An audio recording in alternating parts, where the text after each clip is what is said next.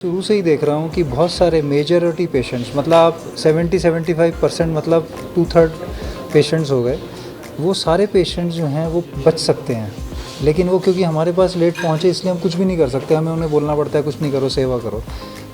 दूसरी बात क्या है, पहले के ज़माने में पेशेंट्स जो हैं कैंसर के आते थे 60 साल के बाद, 70 साल के बाद। अब आजकल एज कोई लिमिट ही नहीं है।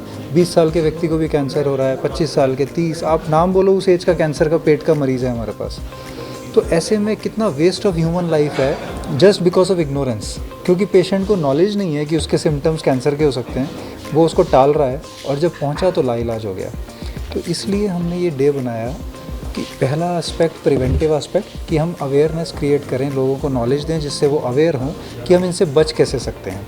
हालांकि लाइफस्टाइल सुधारना सबसे मुश्किल काम है।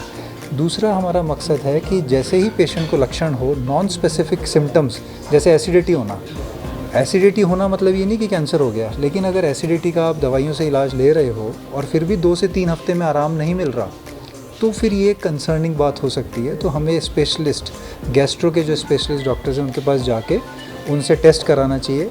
और अगर बाई चांस भगवान ना करे कैंसर निकल आए, तो फिर उसका हमें सही समय पे इलाज करके हम बिल्कुल नॉर्मल व्यक्ति की तरह अपना जीवन जी सकते हैं। सारे कैंसर्स उतने ही ट्रीटेबल हैं जितनी दूसरी बीमारियां, लेकिन सिर्फ कैच ये है कि हमें सही समय पे जल्दी से जल्दी उसको पकड़ के बेस्ट पॉसिबल ट्रीटमेंट देना है, और कोई भी प्रॉब्लम नहीं है। इसी के लिए ये 4 साल से हमने इम्प्लीमेंट किया। वर्ल्ड में अनफॉर्चुनेटली कोई भी ऐसा डे नहीं था, और सारे कैंसर के अलग अलग डे हैं, जैसे पैनक्रियास कैंसर का अलग, लिवर कैंसर का अलग।